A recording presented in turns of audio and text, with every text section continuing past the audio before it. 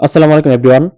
BPL এ ৩ বার এবারের BPL এ Sylhet Titans Rajshahi Warriors এর সাথে মুখোমুখি হয়েছে। লিগ পর্বের ২ বার এবং এই দ্বিতীয় কোয়ালিফায়ার ম্যাচ মিলিয়ে ৩ বার। ৩ বারের একবারও তারা রাজশাহী ওয়ারিয়র্সকে হারাতে পারেনি। রাজশাহী ওয়ারিয়র্স ৩ বার সিলেট টাইটান্সের মুখোমুখি হয়েছে, ৩ বার তাদেরকে হারিয়েছে। ১২ রানে হারিয়ে রাজশাহী ওয়ারিয়র্স এখন ফাইনালে উঠে গেছে, যেখানে চট্টগ্রাম রয়্যালসে তারা মুখোমুখি হবে। তার আগে যদি আজকের ম্যাচ নিয়ে আমরা একটু ছোটখাটো বিশ্লেষণ করি। আ ব্যাট হাতে আগে ব্যাট করতে নেমে ১৬৫ রান করেছে ৯ উইকেট হারিয়ে রাজশাহী ওয়ারিয়র্স। তবে রাজশাহী ওয়ারিয়র্সের রানটা ১৮০ও হতে পারত। কারণ যেইভাবে স্টার্ট পেয়েছিল তানজিদ তামিম এবং সাহেবজাদা ফারহান, এমনকি তারা দুজন আউট হয়ে যাওয়ার পরও কিন্তু মনে হয়েছিল যে রানটা ১৮০ যেতে পারে। কিন্তু ওই মেহেদী হাসান মিরাজের পরপর ২ বলে ২ টা উইকেট শান্ত এবং মুশফিকেরই কিন্তু এখানে কিন্তু পার্থক্যটা গড়ে দিয়েছে, যে পরবর্তীতে কেন উইলিয়ামসন এবং জিমি নিশাম কিন্তু একদম অ্যাটাক করতে পারেনি। কারণ পরবর্তীতে এস এম মেহরাব আউট হয়ে গেছে। ৫ উইকেট চলে যাওয়ার পর তারা কিন্তু ইনিংস বিল্ড আপ করেছে। তারপর এক পাশ থেকে অ্যাটাকে গিয়েছে জিমি নিশাম। আর কেন উইলিয়ামসনকে নিয়ে যে অনেকের একটা শঙ্কা ছিল যে উইলিয়ামসন এসে পারফর্ম করতে পারবে কিনা এক ম্যাচের আগে এসে কোনো অনুশীলন না করে, সেটা ভুল প্রমাণ করেছে। কারণ আমরা সকলেই জানি যে সে টি-টোয়েন্টি স্পেশালিস্ট ব্যাটসম্যান না। টেস্ট এবং ওয়ানডের জন্য কিন্তু সে এক্সপার্ট, এবং মিরপুরের মতো স্লো পিচে কিন্তু কেন উইলিয়ামসনের জন্য একদম ব্যাটিং প্যারাডাইস, এবং সে সেটাই করে দেখিয়েছে। According according to the pitch সে ব্যাটিং করেছে, যার ফলাফল হচ্ছে ৩৮ বলে ৪৫ রান করে সে অপরাজিত ছিল। তার একটা চারের সাথে ২ টা ছক্কা আমরা দেখেছি।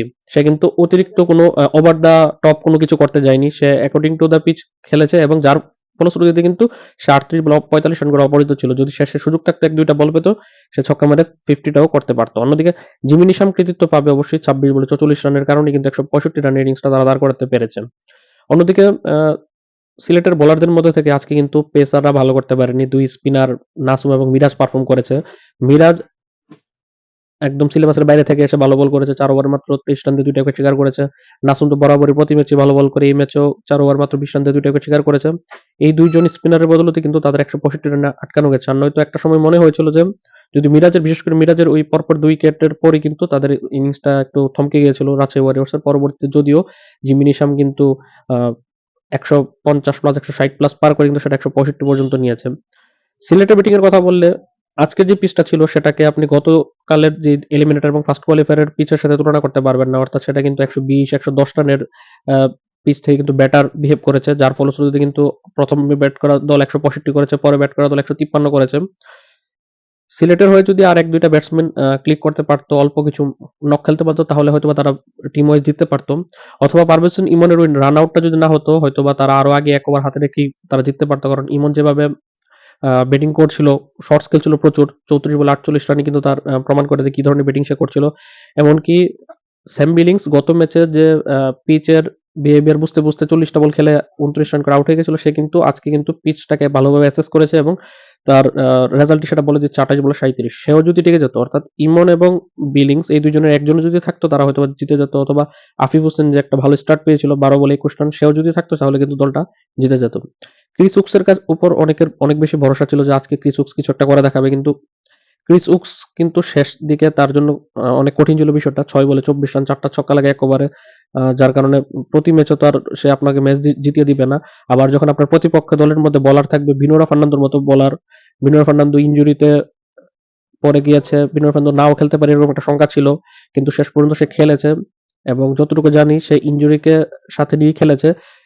কিন্তু বোলিং করেছে কিন্তু বেস্ট বোলিংটা। ৪ ওভারে মাত্র ১৯ রান দিয়ে ৪ টা উইকেট শিকার করেছে। এমনকি যদি আমরা সাকলাইনের বোলিংটাও দেখি, সে হয়তোবা মাত্র ১ টা উইকেট শিকার করেছে। কিন্তু সেও কিন্তু সমান পরিমাণ ১৯ রান দিয়েছে ৪ ওভারে।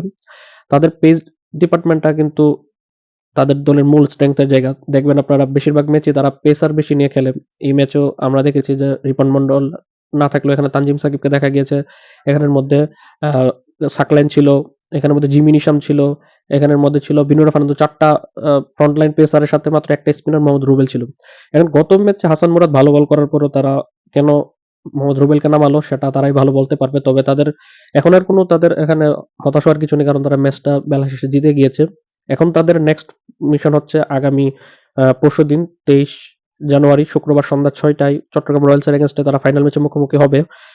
পূর্ব নির্ধারিত সূচিতে সন্ধ্যা ৭টায় ম্যাচটা শুরু হওয়ার কথা থাকলেও বিসিবি বিপিএল গভর্নিং কাউন্সিল টাইমের মধ্যে কিছুটা পরিবর্তন এনেছে। ১ ঘন্টা আগে এনেছে। যেহেতু ফাইনাল ম্যাচ শেষে আ প্রাইজ গিভিং সেরিমনি থাকে, যেহেতু পুরো টুর্নামেন্টের পুরস্কার পর্ব থাকে, সেই হিসাবে ম্যাচটা শেষ করার পর দর্শকদের বাড়ি ফিরতে যাতে কোনো সমস্যা না হয়, সেক্ষেত্রে তারা 1 ঘন্টা ম্যাচটা এগিয়ে এনেছেন।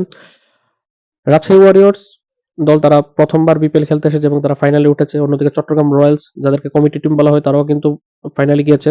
ব্যাক টু ব্যাক 2টা বিপিএল এ চট্টগ্রামের দল ফাইনালে গিয়েছে। গত বিপিএল এ কিন্তু সামির কাদের চৌধুরীর চিটাগং কিংসও ফাইনালে গিয়েছে, কিন্তু জিততে পারেনি। বিপিএল এ চট্টগ্রাম দল এখন পর্যন্ত কখনো চ্যাম্পিয়ন হতে পারেনি। 2013 বিপিএল এ চিটাগং কিংস ফাইনাল খেলেছিল। 25 বিপিএল চিটাগং কিংস ফাইনালে গিয়েছে, হাইরে গেছে। এবার চট্টগ্রাম রয়্যালস উঠেছে। এখন দেখার বিষয় তারা রাজশাহী ওয়ারিয়র্স হারাতে পারে কিনা। অন্যদিকে রাজশাহী ওয়ারিয়র্স এই যে 11টা আসর হয়েছে, এর মধ্যে একবারই তারা চ্যাম্পিয়ন হয়েছে। 2019 বিপিএল এ যে একটা স্পেশাল বিপিএল হয়েছিল, 20 বিপিএল এ, সেই বিপিএল এ রাজশাহী রয়্যালস নামে একটা দল ছিল, সেই দলটা কিন্তু খুলনা টাইগার্সকে হারিয়ে তারা চ্যাম্পিয়ন হয়েছিল। তারপর এর একটা শিরোপাই রাজশাহীর কাছে আছে, কিন্তু চট্টগ্রামের কাছে কোনো শিরোপা নেই। এখন চট্টগ্রাম রয়্যালসের উপরই দায়িত্বটা যে চট্টগ্রামবাসীকে একটা শিরোপা এনে দিতে। রাজশাহী ওয়ারিয়র্স প্রথমবার যেহেতু তারা এসেছে এবং সবচাইতে বিপিএল এর দ্বিতীয় সর্বোচ্চ ঘোষণা একটা দল, কারণ রংপুর রাইডার্স তো অনেক পুরনো তাদের লেগেসি বিপিএল এ। একটা লেগেসি তো তাদের আছে, টানা 4 আসর তারা প্লে অফে উঠে তারা ফাইনালে যেতে পারে না। আরেকটা লেগেসি আছে যে তারা 2013 থেকে যেভাবে ক্যারি করে আসছে, সবচেয়ে ঘোষানো দল রংপুর রাইডার্স, তারপরে কিন্তু ফরচুন বরিশাল ছিল। কিন্তু এবার ফরচুন বরিশাল নেই, কিন্তু ওই জায়গাটা কিন্তু ফিল আপ করার চেষ্টা করেছে রাজশাহী ওয়ারিয়র্স, এবং যার ফলশ্রুতিতে কিন্তু তারা এখন ফাইনাল ম্যাচ খেলবে চট্টগ্রাম রয়্যালসের এগেনস্টে। ফাইনাল ম্যাচে আসতে এখনো 2 দিন বাকি রয়েছে। আপনাদের কাছে কি মনে হয় চট্টগ্রাম রাজশাহী ফাইনাল ম্যাচে কোন দল জয়লাভ করবে? রাজশাহী এই ম্যাচটা জেতার পর তো অবশ্যই কিছুটা এগিয়ে থাকবে। পাশাপাশি রাজশাহী ওয়ারিয়র্স দলের মধ্যে কেন উইলিয়ামসন কিন্তু এক ম্যাচের মেহমান না, ফাইনাল ম্যাচও সে খেলবে। তাই চট্টগ্রামের জন্য রাজশাহীকে হারানোটা অনেক বেশি কঠিন হবে। কারণ চট্টগ্রাম রয়্যালসের হয়তোবা ব্যাটিংটা এত ভালো না, তাদের বোলিংটা বেস্ট বোলিং, কিন্তু রাজশাহী ওয়ারিয়র্সের ব্যাটিং বিভাগে কিন্তু কেন উইলিয়ামসনের সংযুক্তিতে কিন্তু তাদের ব্যাটিংটা আরো বেশি স্ট্রং হয়েছে। এখন দেখার বিষয় আগামী 23 তারিখ ফাইনাল ম্যাচে কোন দল জয়লাভ করে। তবে সবশেষ আপডেট হচ্ছে 12 রানে সিলেটকে হারিয়ে রাজশাহী ওয়ারিয়র্স তারা তৃতীয় কোয়ালিফায়ার জিতে ফাইনালে উঠে গিয়েছে। আল্লাহ হাফেজ।